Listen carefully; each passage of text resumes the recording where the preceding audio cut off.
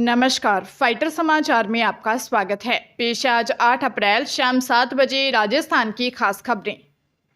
Jaipur ACB ने बिलवा के शालिग्रामपुरा स्थित एक कॉलेज के कार्यवाहक प्रिंसिपल लोकेंद्र सिंह को 25,000 की रिश्वत लेते हुए रंगे हाथों गिरफ्तार किया है। लोकेंद्र सिंह प्रथम ईयर के छात्र की उपस्थिति दिखाने की एवज में रिश्वत ले रहा था। पीड़ित छात्र ने 2 अप्रैल को एसीबी में शिकायत दी थी कि अनुपस्थित पीरियड की उपस्थिति दर्ज कराने की एवज में कॉलेज के कार्यवाहक प्रिंसिपल लोकेंद्र सिंह 30,000 रुपये मांगकर परेशान कर रहा है। एएसपी संदीप सारस्वत के नेतृत्व में गठित टीम ने शिकायत का सत्यापन करवाया। इस बीच प्रिंसिपल ने 25,000 में सौदा तय कर लिया और एसीबी ने रिश्वत लेते रंगे हाथ पकड़ लिया। इसके अलावा एसीबी ने मेडिकल शॉप का नाम बदलने की एवज में 5,000 रुपये की रिश्वत लेने वाले खाद्य सुरक्षा एवं औषधि नियंत्रण के एएओ आरोपी दिनेश कुमार सिंधे निवासी जवाहर नगर को रंगे हाथ पकड़ लिया। कृषि मंत्री किरोड़ीलाल मीणा ने इस्तीफे के 9 महीने बाद पहली विभागीय समीक्षा बैठक ली। इस दौरान किरोड़ीलाल ने सख्त रवैया अपनाते हुए बड़ी प्रशासनिक कार्रवाई की। मीटिंग से किरोड़ीलाल ने साफ संदेश दिया कि विभाग को भ्रष्टाचार विहीन और काम नहीं करने वाले अधिकारियों पर कार्रवाई करना उनकी प्राथमिकता रहेगी। उन्होंने काम में लापरवाही के चलते ज्वाइंट डायरेक्टर गजानंद यादव को निलंबित कर दिया। साथ ही ज्वाइंट डायरेक्टर भरतपुर योगेश कुमार शर्मा को एपीओ कर बीकानेर ट्रांसफर कर दिया। उन्होंने बैठक के दौरान कहा कि यह किसानों के लिए लाभकारी बागवानी और कृषि से जुड़े केंद्र और राज्य की योजनाओं की समीक्षा बैठक है। हम किसानों से मिली शिकायतों के संबंध में अधिकारियों से चर्चा कर रहे हैं। हम सुनिश्चित करेंगे कि कोई अनियमितता और भ्रष्टाचार न हो। पंजाब पुलिस की एंटी गैंगस्टर टास्क फोर्स ने लॉरेंस बिश्नोई और रोहित गोदारा गैंग के 2 प्रमुख गुर्गों जशन संधू व गुरसेवक सिंह को मोहाली से अरेस्ट किया है। आरोपियों से एक 32 कैलिबर पिस्तौल और 7 कारतूस बरामद हुए हैं। डीजीपी पंजाब गौरव यादव ने सोशल मीडिया अकाउंट एक्स पर पोस्ट डालकर यह जानकारी दी है। पुलिस के मुताबिक जशन संधू राजस्थान के श्रीगंगानगर में 2023 में हुए एक हत्याकांड में शामिल था। पुलिस उसे काफी समय से तलाश रही थी। वह विदेश भाग गया था। इस दौरान पहले जॉर्जिया, अजरबैजान, सऊदी अरब और दुबई पहुंच गया। साथ ही गिरफ्तारी से बचने के लिए अपने ठिकाने बदल रहा था। वह कुछ समय पहले दुबई से नेपाल पहुंचा था। साथ ही पुलिस से बचने के लिए सड़क मार्ग से भारत में दाखिल हुआ था।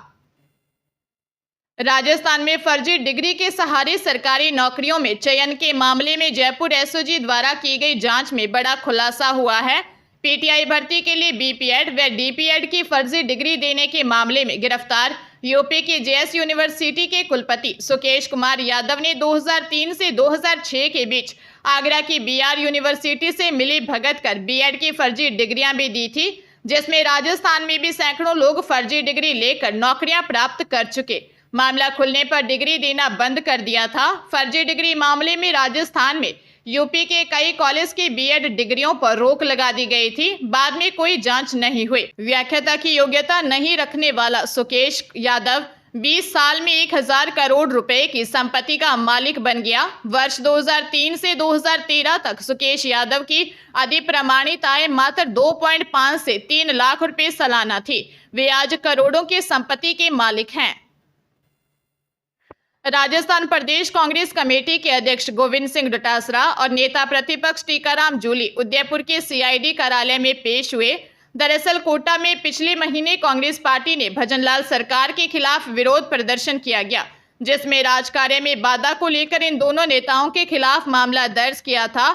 इसी मामले में दोनों जांच अधिकारी अनिल कुमार मीणा के सामने पेश हुए और अपने बयान दिए। गोविंद सिंह डोटासरा ने कहा कि राजस्थान में जनता ने जन कल्याण के लिए सरकार बनाई है, न कि विपक्ष की आवाज दबाने के लिए, प्रतिपक्ष के खिलाफ झूठे मुकदमे दर्ज करने के लिए नहीं बनाई। इस तरह के मामलों को जनता और विपक्ष बर्दाश्त नहीं करेगा।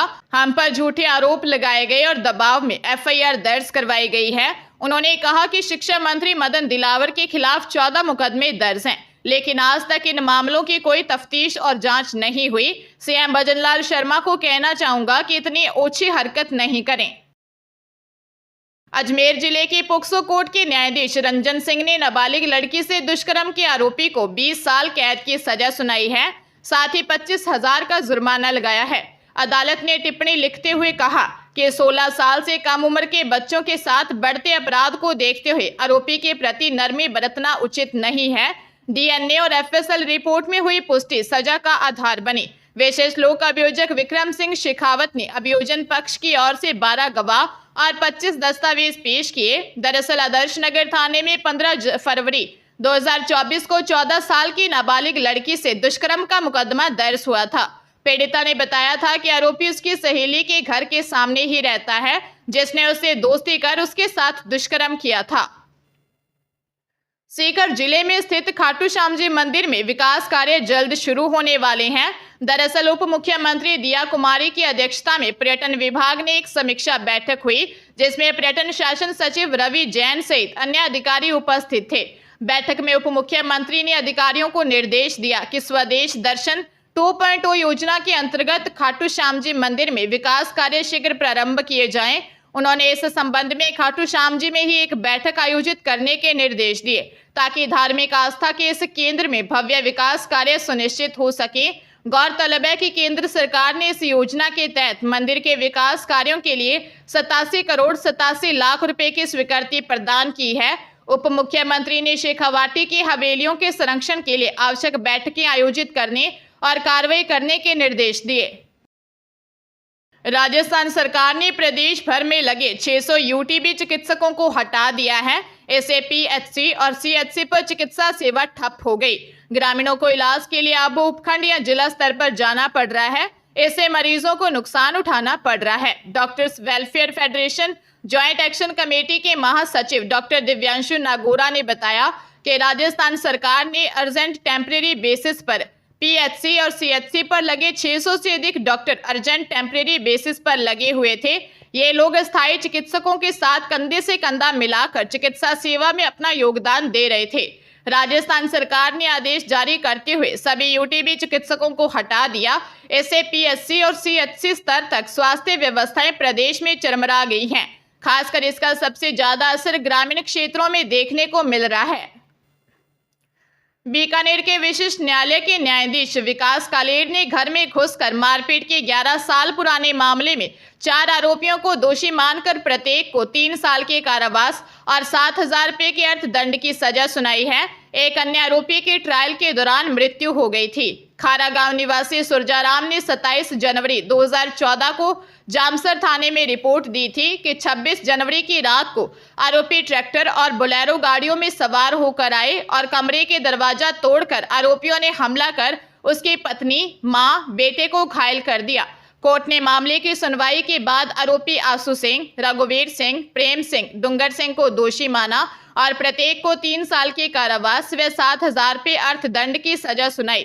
इसके अलावा बीकानेर के मुख्य न्यायिक मजिस्ट्रेट रमेश कुमार ने बाइक चोरी के 2 मामलों में आरोपी श्रवण सिंह को 2 साल के कारावास और 20,000 के अर्थदंड की सजा सुनाई है। राजस्थान हाईकोर्ट ने एक बार फिर से आसाराम को उपचार के लिए अंतरिम राहत देते हुए अंतरिम जमानत को 1 जुलाई 2025 तक बढ़ा दिया है। दिनेश मेहता व जस्टिस विनीत कुमार माथुर के डबल बेंच में आसाराम की ओर से अंतरिम जमानत को आगे बढ़ाने के लिए आवेदन पेश किया गया था। आसाराम की ओर से अधिवक्ता निशांत बोडा व यशपाल सिंह राजपुरोहित ने पैरवी करते हुए आसाराम के उपचार के लिए अंतरिम जमानत बढ़ाने की वकालत की। उन्होंने कहा कि पूर्व में सुप्रीम कोर्ट ने 7 जनवरी 2025 को 31 मार्च तक अंतरिम जमानत दी थी। अंतरिम जमानत की अवधि पूरी होने के बाद आसाराम की ओर से सेंट्रल जेल में सरेंडर कर दिया गया। इसके साथ ही गुजरात हाईकोर्ट ने आसाराम की अवस्था एवं उपचार को देखते हुए 3 माह के लिए अंतरिम जमानत को आगे बढ़ा दिया।